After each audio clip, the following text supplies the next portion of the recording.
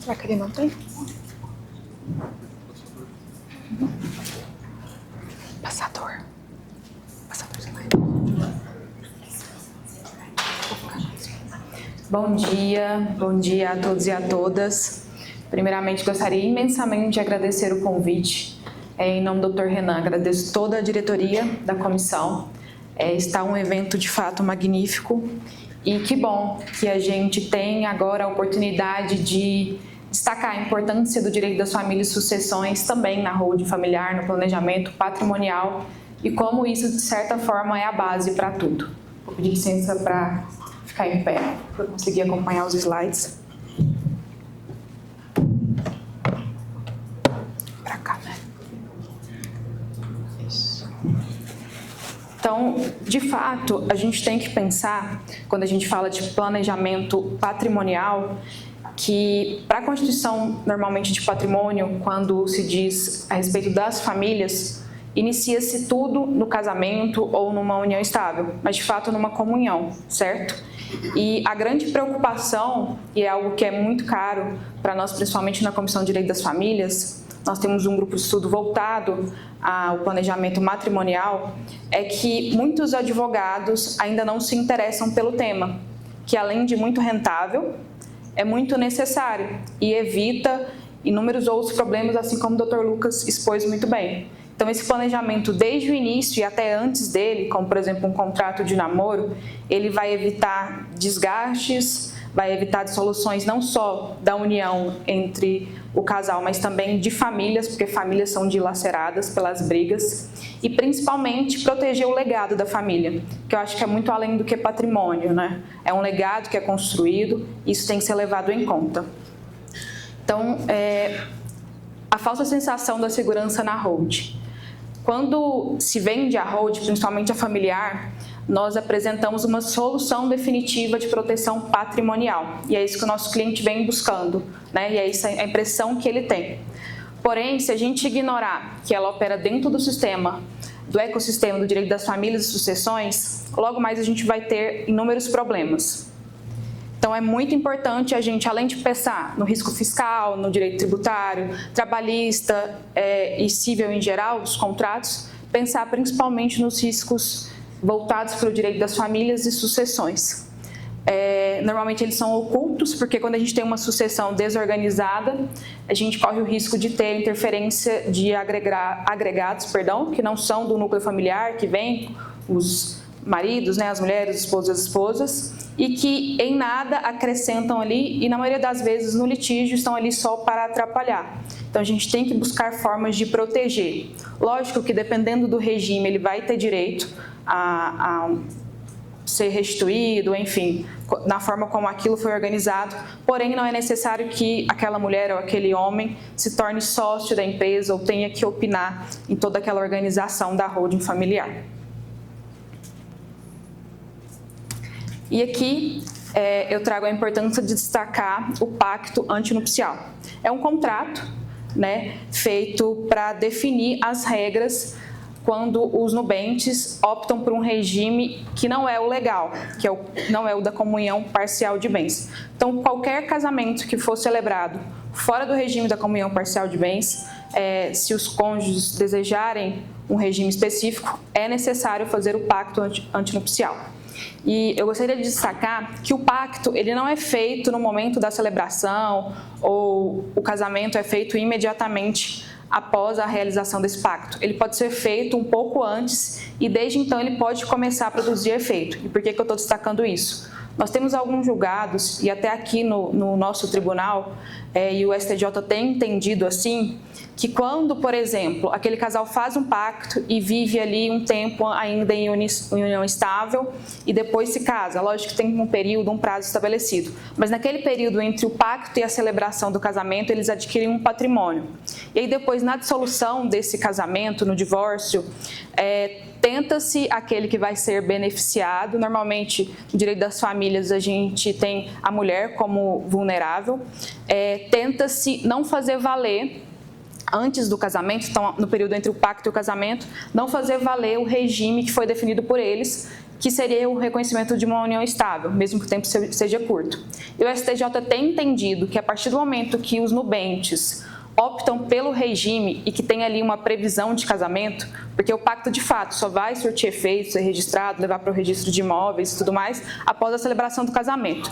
Porém, como o direito das famílias é completamente de acordo com como a sociedade se organiza, né? É um pouco, sim, costumeiro, porque leva em conta questões não só legais, questões que ainda não foram ali trazidas para o ordenamento jurídico em geral, o STJ tem considerado que esse período considerado como união estável é para valer o regime que eles definiram no pacto. Então, nós temos algumas jurisprudências nesse sentido. Isso é muito importante, porque quando a gente vai ali de alguma forma constituir uma holding familiar ou estudar de qual forma aquilo vai ser feito para proteger o legado e o patrimônio da família, a gente tem que se preocupar como que as diversas realidades, né, os diversos, por exemplo, casamento, união estável, os diversos integrantes daquela holding podem ser um problema no futuro. Então, às vezes a gente acha que não vai dar em nada, mas aí, logo após, no falecimento ou então no divórcio, o cliente volta para o nosso escritório totalmente atordoado e preocupado em, de alguma forma, perder ou ter aquele cônjuge ali dentro da estrutura da holding ou como um sócio, por exemplo. Então, é isso. Eu deixei alguns julgados que o STJ entende nesse sentido, né? Porque considera o pacto ali uma manifestação livre e consciente. Então, se eles já optaram por aquilo, é uma vontade, mesmo que não tenha sido levado a registro ainda através do casamento, é para se fazer valer. Então, o pacto, eu fiz uma comparação entre o pacto e o acordo de sócios. O pacto ele vem para definir o regime, normalmente optando pela separação de bens, né? Convencional ou, se for necessário, a questão legal obrigatória, mas também tem a possibilidade de escolhermos regimes mistos, fazermos ali uma intersecções entre diversos regimes que adequam à realidade daquela família. Justamente para evitar para incomunicabilidade de bens, justamente para evitar que aquele patrimônio da família se torne um bem que vale ser herdado por um cônjuge ou companheiro sobrevivente, ou então de alguma forma dividido no divórcio ou numa dissolução. E nesse sentido, o acordo de sócio vai impor as restrições absolutas de ingresso de ex-cônjuges e herdeiros não consanguíneos no quadro societário, justamente para proteger o legado daquela família. Também estabelece a independência de gestão e a ausência de outorga uxória ou marital. Ainda vou falar isso daqui, mas é muito importante porque a gente acaba confundindo alguns conceitos mais para o direito societário e que no direito das famílias não funciona dessa forma. Vou explicar ainda mais à frente o porquê. O acordo de sócio vai permitir que os administradores gravem, alienem ou operem bens da holding sem a assinatura do cônjuge. Já vou explicar como evitar isso daqui. O pacto ele também vem para definir indenizações prefixadas em casos de ruptura, justamente para proteger a holding, e o acordo determina qualquer apuração de haveres será paga em parcelas a longo prazo ou como isso vai ocorrer. Certo. Quais são os pontos que a gente tem que estar atento relacionando ali a questão do planejamento matrimonial? O risco da fraude e ameação, o Dr. Lucas citou, o Dr. Cristiano vai trazer isso de uma forma mais ampla, que como infelizmente as holdings ganham, e o Dr. Renan falou isso ontem na abertura, da dificuldade que a gente tem de tirar essa ideia de que a holding ela é feita só para fraudar, só para de alguma forma prejudicar, né, para excluir quem tem direito ou não. A gente tem isso em decorrência de algumas atitudes de alguns advogados ou quem está fazendo aquele planejamento de não observar a legalidade das coisas e aí acabam fraudando a ameação. Então, integralizar bens na holding e doar cotas com usufruto na iminência do divórcio para esvaziar o patrimônio comum. O risco disso é uma anulação. A falta de outorga uxória, que é transferir ou onerar cotas em imóveis comuns sem assinatura do cônjuge. Eu vou trazer um julgado sobre isso, mas qual que é o problema? As cotas societárias, elas são consideráveis consideráveis como bens móveis. Em regra, bens móveis para serem alienados não é necessária a outorga uxória, certo? Mesmo no regime da comunhão. Porém, como a gente trata de holding familiar e normalmente o patrimônio daquela família que é integralizado nessa holding, caso seja feito sem a outorga, isso vai ser considerado uma fraude de ameação, e isso pode ser anulado. Então, toda aquela questão que você fez achando que estava protegido por se tratar de bens móveis, pelo direito societário, no direito das famílias, se for levado, se for judicializado aquilo, o STJ e o nosso tribunal, principalmente, tem entendido que é sim uma questão de anular aquele ato, porque é necessário a partir do momento que o patrimônio da família está integralizado naquela holding. O fantasma da súmula 377, que é a comunicação indesejada. Hoje nem tanto, porque não é obrigatório. Os maiores de 70 anos podem optar por outro regime, mas normalmente eles não sabem e acabam se casando pelo regime da separação obrigatória de bens. E qual que é o problema? Sem o pacto para afastar a incidência da súmula 377, aquele cônjuge ele pode se tornar meeiro, se for considerado o esforço comum, ou também herdeiro. E aí a gente tem que se atentar a isso. E não só aqui, mas também na questão do regime da separação convencional. Então, pensar no pacto de uma forma estruturada para, de certa forma, blindar aquela holding ou aquele patrimônio daquela família. Violência patrimonial, o uso da holding para ocultar bens, e é isso vem sido bastante tratado em decorrência do protocolo, para julgamento com perspectiva de gênero. Nós temos levado aos tribunais bastante esse debate e a gente tem que se atentar a isso. Até que ponto essa questão de proteger o patrimônio da família passa a ser uma violência patrimonial, se aquela mulher de fato não contribuiu para constituir aquele patrimônio. Então a gente tem que observar bastante isso para que no futuro a gente não tenha problemas maiores, talvez que a gente não vai conseguir solucionar da forma que o cliente deseja. Esse aqui é o julgado do nosso tribunal, em que onerou, alienou as cotas sociais, e aí pensaram que por serem cotas sociais consideradas bens móveis não era necessária a outorga, e aí a esposa ingressou na justiça e conseguiu provar que os bens que foram ali tratados, que estavam integralizados na holding, eram os bens familiares, os bens da família, e conseguiu anular aquele ato. Outra questão importante, o STJ, ele tem entendido, e isso não é novo, desde 2009 tem um julgado, em que de alguma forma quando há pacto, e nesse pacto, apesar de no nosso ordenamento jurídico, no nosso Código Civil atual ainda ser proibido, que eles consideram o pacto Corvina quando a gente renuncia no pacto o direito como herdeiro. Não pode, não é possível. Porém, em 2009, o STJ considerou essa previsão do pacto para excluir a cônjuge sobrevivente da sucessão hereditária. Então, ela não iria concorrer como herdeira com os descendentes. Hoje, não é mais possível, somente no regime da separação obrigatória de bens, que a cônjuge não vai concorrer nos bens, não vai concorrer como herdeira com os descendentes, certo? E aí também tem que se atentar à súmula 377, o afastamento dela.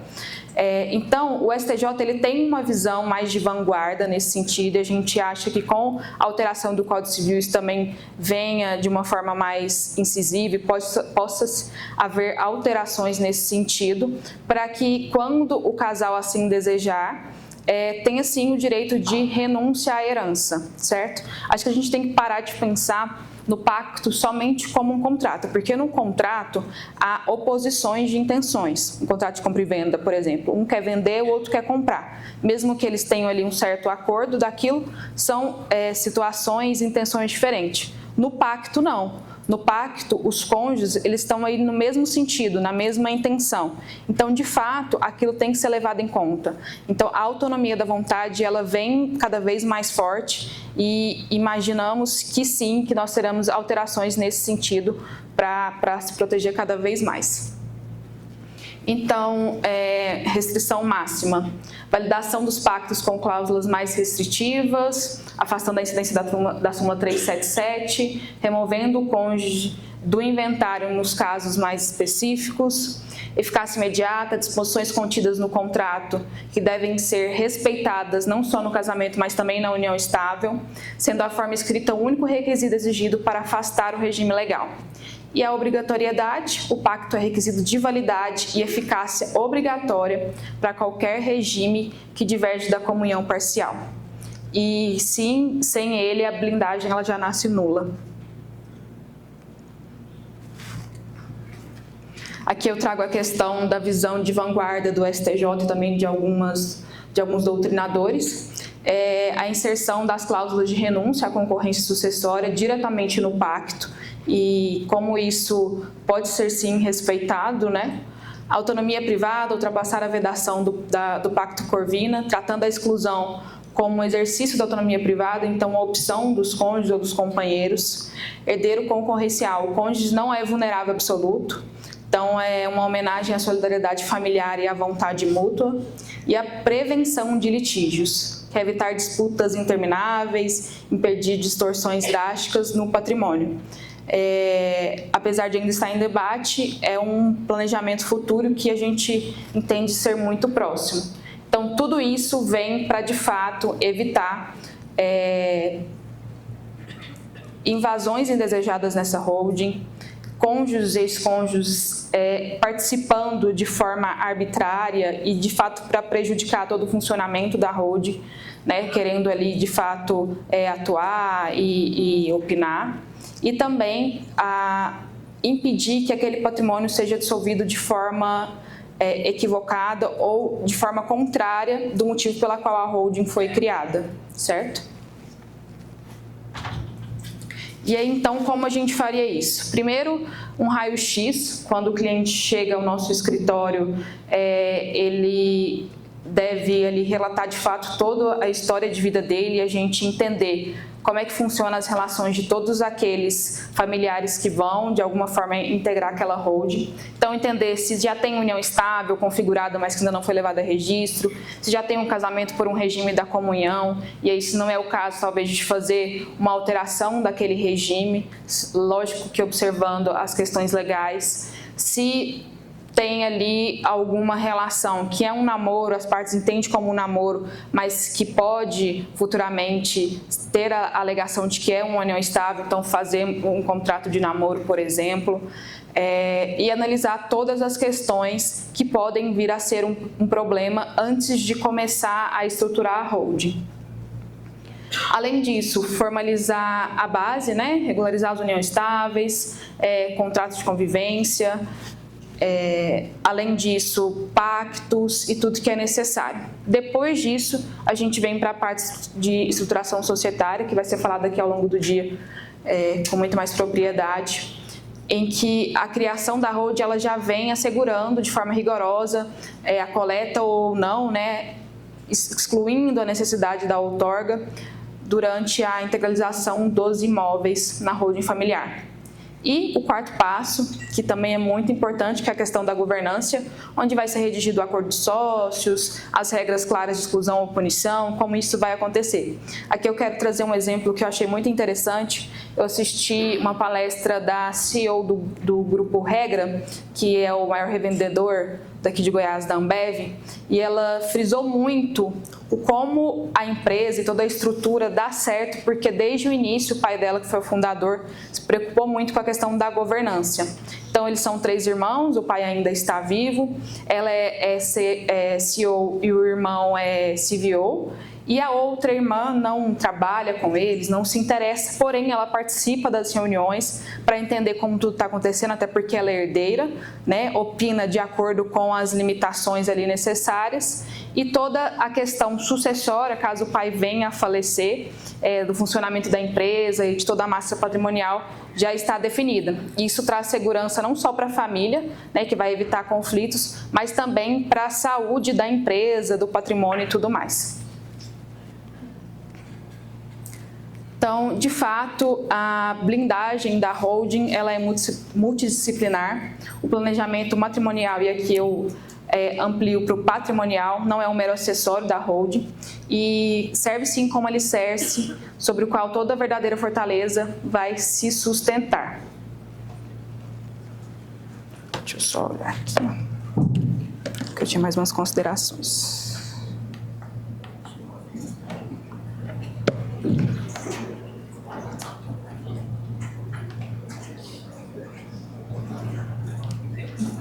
Nós temos um caso, só para exemplificar, no escritório, que chegou até nós, um casal, em que a família do companheiro vai começar a formar uma holding familiar. Eles estavam muito preocupados porque eles ainda não eram casados, eles viviam em união estável, mas sem nenhuma regularização até então.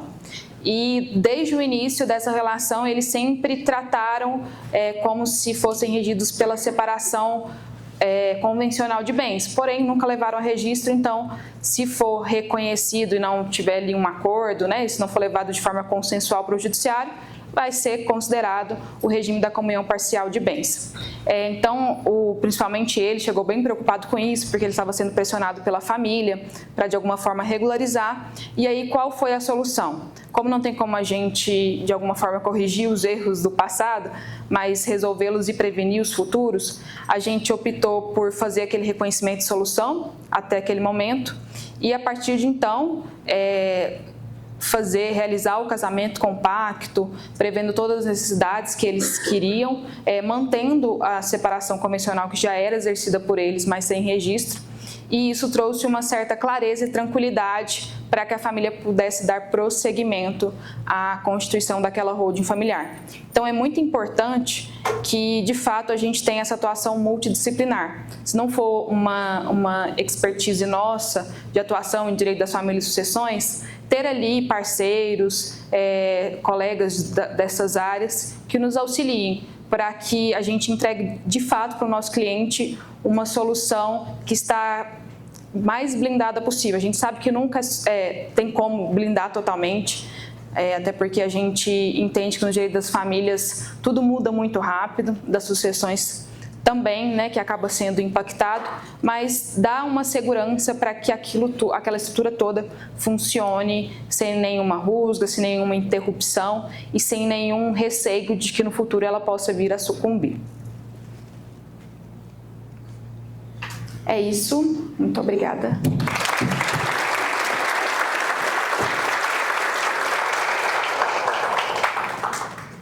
Perguntas? Posso falar sem microfone?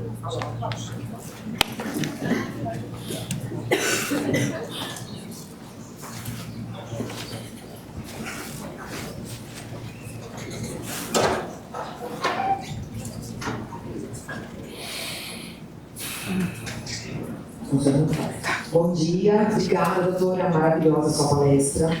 Eu fiquei numa dúvida sobre o contrato de namoro, né? Porque eu, particularmente, gosto desse instrumento, mas tem muita discussão em cima dele. Até que ponto, dentro de uma estrutura de planejamento patrimonial, dentro de uma holding, o contrato de namoro, ele é seguro ou ele é um risco, visto que cabe muita discussão em cima dele? É um risco. Queria ouvir sua opinião sobre isso. Obrigada. Seu nome? Maria Luísa, prazer, obrigada. Então, qual que é o grande problema do contrato de namoro? É justamente quando ele é usado de forma equivocada para uma certa fraude às questões patrimoniais. Por que disso? Hoje em dia, como as relações elas estão cada vez mais intensas e tudo acontece muito rápido, as pessoas começam a, desde o início, mesmo no namoro, a idealizar a constituição de uma família. Só que a gente tem que se atentar até que ponto isso é de fato a constituição de uma família. Se eles já dividem contas, se eles habitam, né, coabitam, mas isso também não é um requisito mais tão importante assim. Tem como morar junto e não ser ali um caso considerado como se casados fossem, cada um com a sua vida. Se eles já não planejam ou expõem postam foto em redes sociais como se fossem marido e mulher ou vivessem em uma união estável, para que o contrato de namoro não seja válido. Se de fato aquele casal está ali no status de namoro, tiver ali todos os requisitos necessários para não configurar uma união estável, é sim um instrumento para proteger e evitar um possível ingresso, uma possível dissolução que atinge o patrimônio daquela holding. Mas se ele for usado para macular ou se ainda não estiver definido, quando a doutora sentar para conversar com os clientes, perceber que nem eles mesmos entendem onde está o limite ali do namoro e o limite de ser considerado uma família, de fato não é o ideal e é melhor nem ir por esse lado, porque acaba de fato sendo depois considerado nulo, depois essa mulher ou esse homem separa e quer alegar fraude, violência patrimonial e etc.